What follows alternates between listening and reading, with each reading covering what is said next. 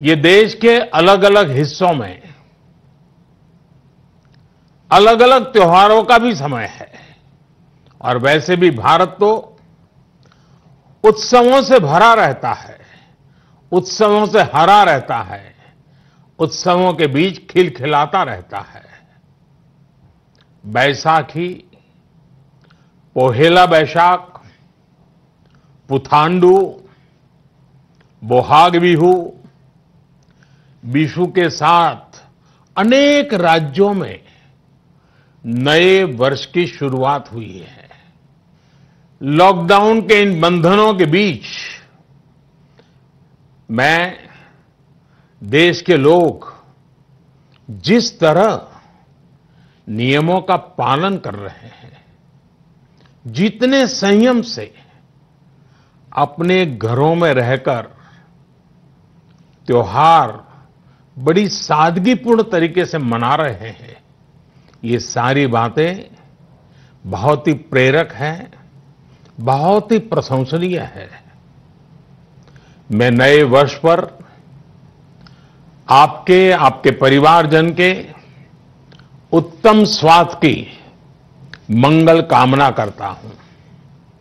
साथियों, आज पूरे विश्व में कोरोना वैश्विक महामारी की जो स्थिति है, हम सब उसे भलीभांति परिचित हैं।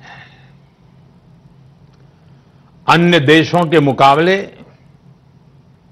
भारत ने कैसे अपने यहां संक्रमण को रोकने के प्रयास किए, आप इसके सहभागी भी रहे हैं और साक्षी भी। जब हमारे यहां कोरोना का एक भी केस नहीं था, उससे पहले ही भारत ने कोरोना प्रभावित देशों से आने वाले यात्रियों की एयरपोर्ट पर स्क्रीनिंग शुरू कर दी थी। कोरोना के मरीज 100 तक पहुंचे, उससे पहले ही भारत ने विदेश से आए हर यात्री के लिए 14 दिन का आइसोलेशन अनिवार्य कर दिया था। अनेक जगहों पर मॉल हो, थिएटर हो, क्लब हो, जिम हो, बंद करिए जा चुके थे। साथियों, जब हमारे यहां कोरोना के सिर्फ 550 केस थे, तभी भारत ने 21 दिन के संपूर्ण लॉकडाउन का एक बहुत बड़ा कदम उठा लिया था। भारत ने समस्या बढ़ने का इंतजार नहीं किया, बल्कि जैसे ही समस्या दिखी, उसे तेजी से फैसले लेकर उसी समय रोकने का भरसक प्रयास किया। साथियों, वैसे एक ऐसा संकट है जिसमें किसी भी देश के साथ तुलना करना उचित नहीं है, लेकिन फिर भी